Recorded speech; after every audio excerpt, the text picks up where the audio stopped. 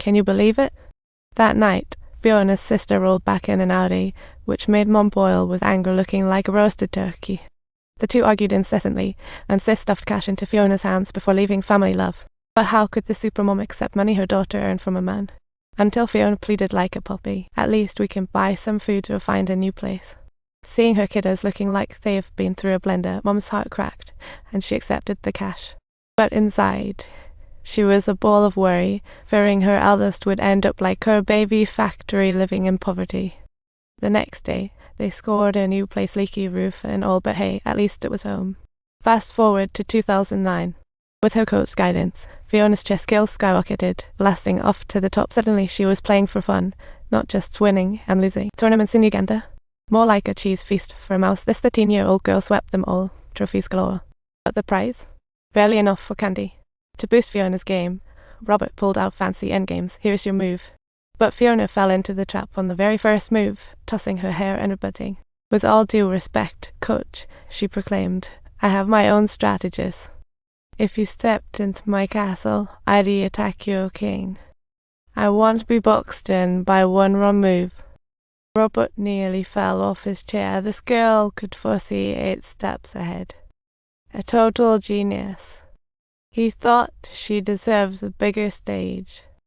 Soon, Fiona and her pals were invited to Sudan for a match and their ride.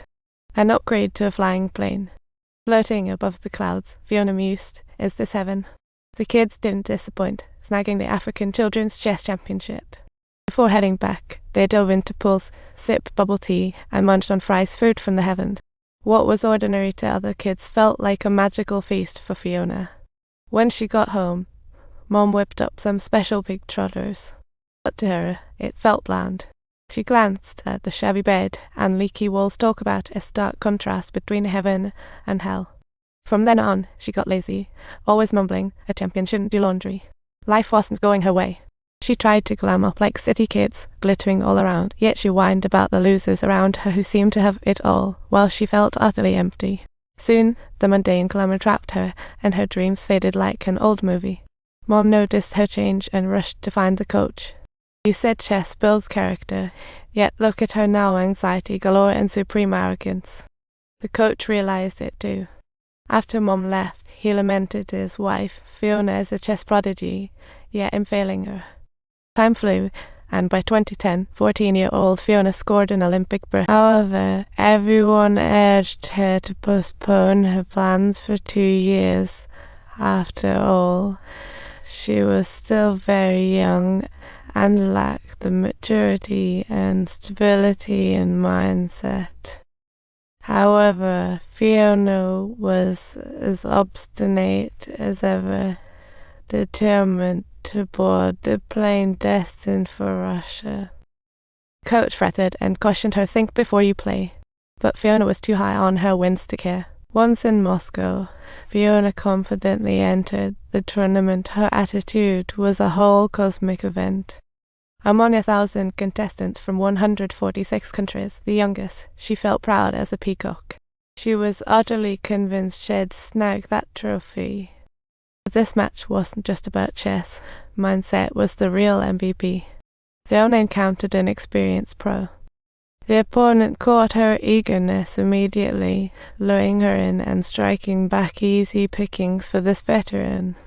Fiona's confidence took a nosedive, and Robert rushed to comfort her. Fiona lamented to her coach, "I'm only suited to selling corn on the streets, becoming a master.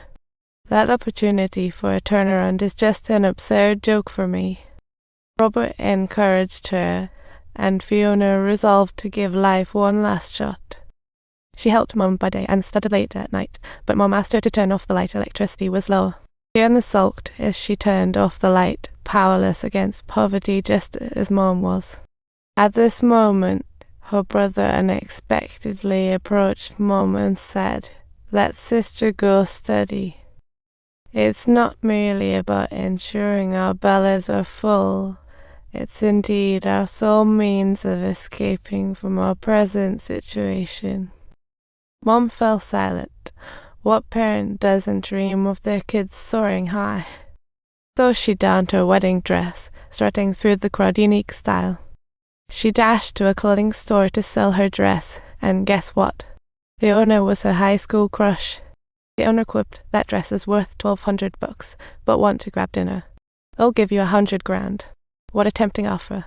Mom hesitated, but flatly refused. 100,000 is too little. My pitiful life won't bow to mere cash.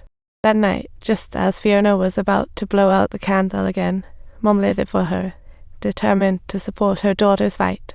But just as everything seemed to be going well, an unexpected downpour wiped them back to square one. The flood swept away their hard-built home, and little brother nearly got swept away too. Adding to the chaos, Sis announced her pregnancy.